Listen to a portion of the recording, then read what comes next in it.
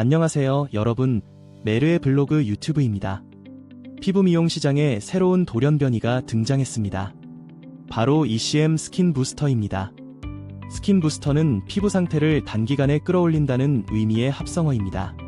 과거의 화장품이 피부 겉면에 수분과 영양분을 공급하는 역할을 했다면 스킨 부스터는 피부 깊숙한 진피에 유효 성분을 전달했습니다.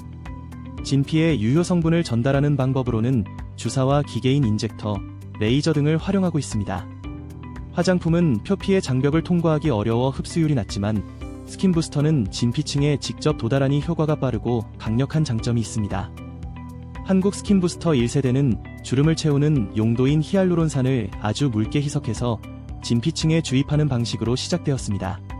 물광 주사가 그것입니다. 조직 재생 효과가 있는 PDRN 성분이 등장하면서 2세대가 시작되었습니다. 2세대 스킨 부스터를 연어 주사라고 부르고 있습니다. 프랑스에서 건너온 비타민, 아미노산, 미네랄 등 수십 가지 성분을 한꺼번에 주입하는 복합 영양 칵테일 방식이 등장했습니다. 3세대 스킨 부스터로 프랑스에서 건너왔다고 사넬 주사라고 부릅니다. 4세대는 크게 3가지 방식으로 분화되고 있습니다.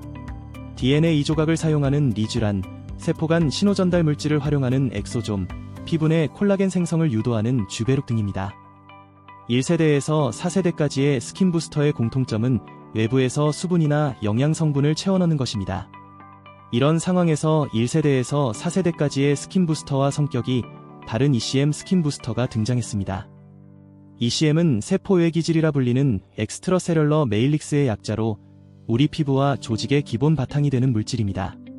콜라겐, 엘라스틴, 단백질, 당단백질로 구성되는데 ECM 구성이 무너지면 주름이 생기고 피부 탄력이 줄어드는 등의 현상이 나타나게 됩니다. 피부 노화라는 게 세포가 늙는 게 아니라 세포가 살고 있는 환경인 ECM이 무너지는 환경인 것입니다. ECM을 주입하면 피부 구조 자체를 복원해주는 효과를 기대할 수 있는 이유입니다. 집으로 치면 도배장판을 다시 하는 게 아니라 리모델링을 하는 것과 비슷했습니다. 아직 제대로 된 임상이 진행되지는 않았지만 효과는 어느 정도 있는 것 같습니다.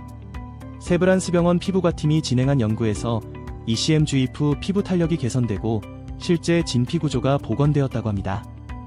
1회 시술로 피부결 개선 효과가 확인되고 3회 시술을 하면 피부 탄력이 개선되는 효과가 장기간 유지되는 것을 확인하는 것입니다.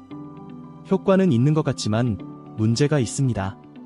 인체에 대한 제대로 된 임상시험 없이 유통을 시작했기 때문입니다. 현재 4개 기업에서 판매를 시작했고 1회 시술에 60만원에서 90만원으로 시술이 시행되고 있는 상황입니다.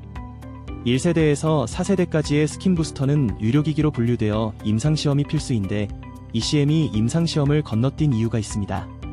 ECM이 인체 조직으로 분류되기 때문입니다. ECM은 인체를 기증한 사망자의 피부를 갈아서 만든 물질이라 인체 조직으로 분류가 됩니다. 인체 기증자의 의도는 치료와 연구 목적인데 고가의 미용 시술에 사용되는 측면에서 윤리적인 문제가 있습니다. 미국 FDA는 인체 조직 사용 시 면역 반응을 최소화하는 처리만 해서 사용하게 되어 있는데 한국은 아직 이런 규제가 미흡했습니다. 사체의 피부를 냉동 건조한 뒤 분쇄해서 분말로 만드는 등 다양한 처리를 해서 사용하고 있는 것입니다. 피부 분말을 생리식염수와 섞어서 주사하면 ECM 스킨 부스터가 됩니다.